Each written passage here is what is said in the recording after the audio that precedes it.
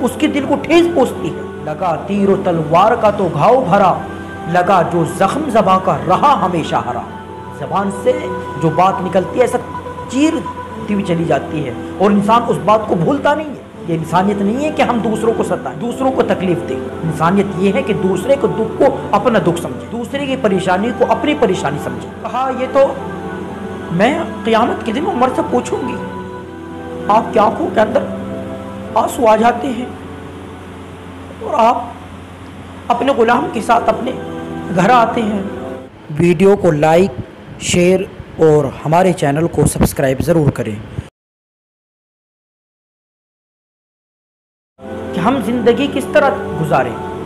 قرآن کریم کے اندر اللہ رب العزت نے ارشاد فرماتے ہیں وَلَا تُسَعِّرْ خَدَّكَ لِلنَّاسِ کہ تم جس کسی انسان سے ملو مسکراتے چہرے کے ساتھ ملو، کھلے ہوئے چہرے کے ساتھ ملو۔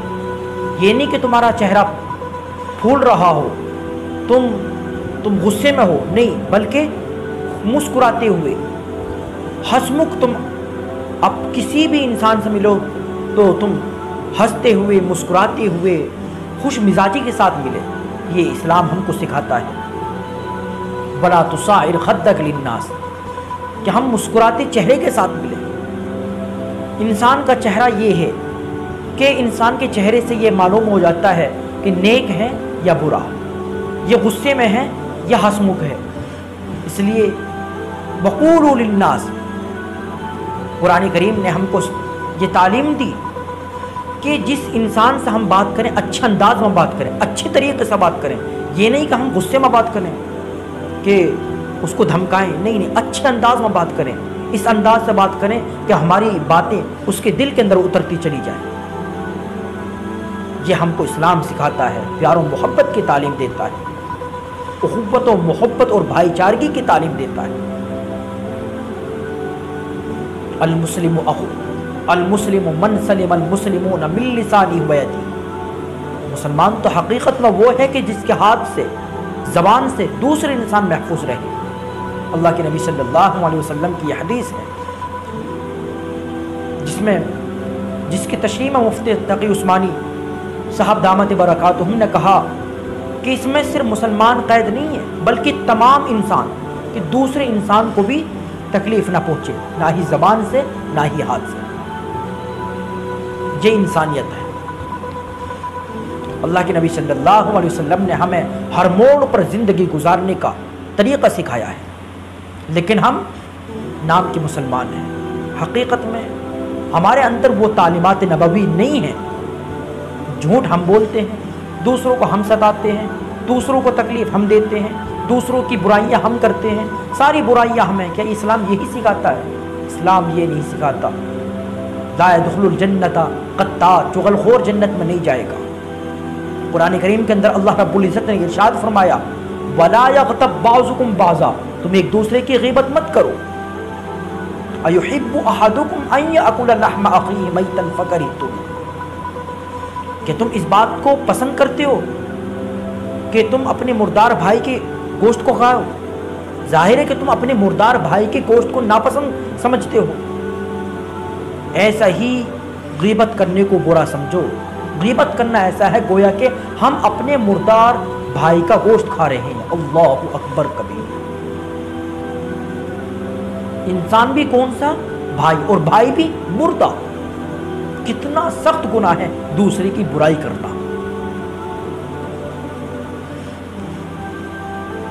اور دوسری حدیث پاک کے اندر آیا ہے الغیبۃ اشد من الزنا، کہ غیبت کا گناہ زنا سے بھی زیادہ سخت ہے۔ اصل میں غیبت میں دوسرے کے دل کو ٹھیس پہنچتی ہے، اس کو معلوم ہو جائے کہ ہاں فلاں نے میرے پیٹھ پیچھے ایسا کہا ہے، اس کے دل کو ٹھیس پہنچتی ہے۔ لگا تیر و تلوار کا تو گھاؤ بھرا، لگا جو زخم زباں کا رہا ہمیشہ ہرا۔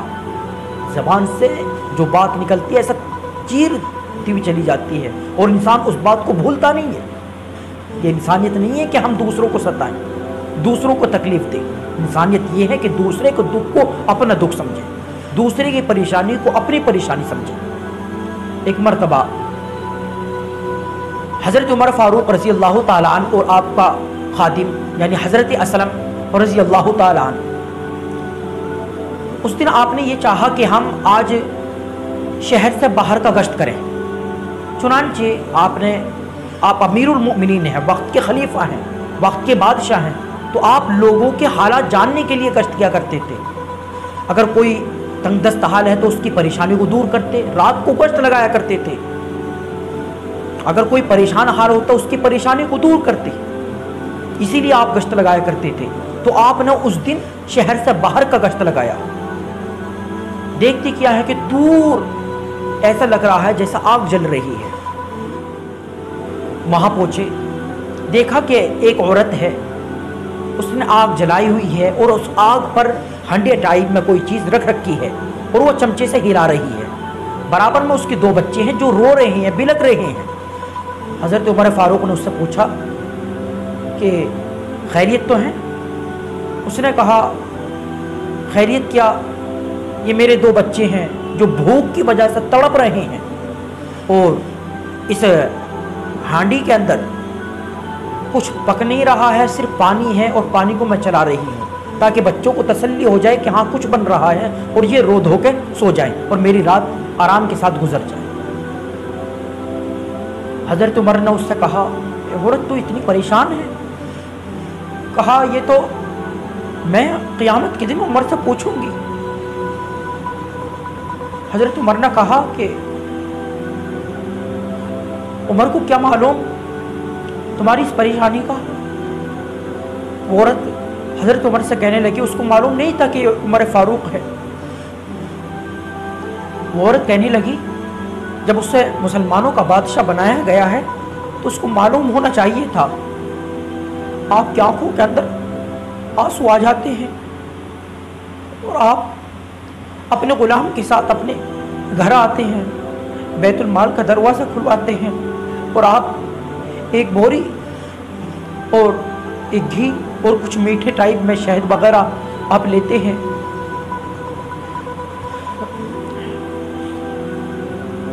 آپ اپنے غلام سے حضرت اسلم رضی اللہ تعالیٰ عنہ سے کہتے ہیں کہ اس بوری کو میری پیٹھ پر رکھو۔ آپ کا خادم کہتا ہے کہ میں آپ کا غلام ہوں، مجھے حکم دیجئے، میں اس بوری کو اپنی پیٹھ پر لے جاؤں گا۔ حضرت عمر نے کہا کہ قیامت کے دن میرا کوئی دوسرا بوجھ نہیں اٹھائے گا، مجھے خود کو ہی اٹھانا پڑے گا، لہٰذا اس بوری کو میرے پیٹھ پر رکھیے۔ حضرت عمر وقت کا بادشاہ، وقت کا خلیفہ، اپنی پیٹھ پر آٹے کی بوری رکھ کے لے جا رہا ہے۔ بڑی پریشانی کے ساتھ، بڑی مشقتوں کے ساتھ آپ نے اس عورت کے پاس لا کر رکھی۔ کہا یہ بوری ہے، یہ آٹے کی بوری ہے، یہ گھی ہے، اور یہ میٹھی ٹائپ میں کچھ شہد وغیرہ تھا، آپ حلوہ وغیرہ حریرہ جیسا آپ بنا لیجیے، اور آپ ایک کام کیجیے، آپ تیاری کریں، میں آگ جلاتا ہوں۔ لکڑیاں گیلی تھیں۔ حضرت اسلم رضی اللہ تعالیٰ عنہ دیکھ رہے تھے کہ لکڑیاں گیلی تھیں اور آپ بار بار ٹھوکے مار رہے تھے، حتیٰ کہ آپ کی آنکھوں میں آنسو آ رہے تھے اور آپ کو اس کی کوئی پرواہ نہ تھی، حتیٰ کہ آپ نے آگ کو جلا دیا۔ جب آگ جل کر تیار ہوگی اور حریرہ وہ حلوہ ٹائم میں بننے کی جو چیز رکھی تھی وہ بن گئی، جب اس کی خوشبو آنے لگی تو بچے خوش ہونے لگے کہ اب ہمارے پیٹ کے لیے کچھ چیز بن کے تیار ہوگی ہے، وہ اب ہم اس کو کھائیں گے۔ حضرت اسلم رضی اللہ تعالیٰ عنہ نے کہا کہ اب ہم چلتے ہیں، لوگ کھا لیں گے۔ حضرت عمر نے کہا کہ نہیں۔ آپ دیکھتے رہے کہ بچوں نے پیٹ بھر کے کھا لیا، بچے کھیلنے لگے۔ اس کے بعد آپ چلے۔ حضرت عمر فاروق رضی اللہ تعالیٰ عنہ سے آپ کے غلام پوچھنے لگے امیر المؤمنین آپ بہت دیر بیٹھے رہے، آپ تو وقت کے بارے میں بہت محتاط رہتے ہیں، لیکن آپ کو کوئی پرواہ نہ تھی اس وقت۔ تو حضرت عمر فاروق رضی اللہ تعالیٰ عنہ نے فرمایا کہ جس وقت میں یہاں آیا تھا میں نے بچوں کو روتے ہوئے دیکھا، میرے دل نے یہ چاہا کہ میں ان بچوں کو ہنستا ہوا بھی دیکھوں۔ یہ انسانیت ہے، اگر ہم کسی کو پریشان دیکھیں تو ہم اس کو خوشحال بھی دیکھیں، اس کی پریشانی کو جہاں تک ہو سکتا ہے اس کی پریشانی کو دور کریں۔ یہ انسانیت ہے۔ یہ انسانیت نہیں کہ اگر کسی دوسرے کا ایکسیڈنٹ ہو جاتا ہے تو ہم اس کی ویڈیو بنانے لگ جائیں، بجائے کہ ہم اس کو ایڈمٹ ہاسپٹل کے اندر ایڈمٹ کرتے، اس کے بجائے ہم اس کی ویڈیو بنانے لگ جائیں، یہ انسانیت نہیں ہے۔ انسانیت یہ ہے کہ ہم اس کو ہاسپٹل کے اندر ایڈمٹ کریں، اس کی یہ پریشانی تھی، اس کی اس پریشانی کو دور کرا دیں۔ اللہ کے نبی صلی اللہ علیہ وسلم نے ارشاد فرمایا بہترین انسان وہی ہے جو دوسرے لوگوں کو فائدہ پہنچاتا ہے۔ خیر الناس من ينفع الناس۔ اللہ سے دعا ہے اللہ رب العزت ہم سب کو اپنے احکامات پر عمل کرنے کی توفیق عطا فرمائے۔ رب العزت ہم سب کو حضور اکرم صلی اللہ علیہ وسلم کی سنتوں کے مطابق زندگی گزارنے کی توفیق عطا فرمائے۔ ویڈیو کو لائک، شیئر اور ہمارے چینل کو سبسکرائب ضرور کریں۔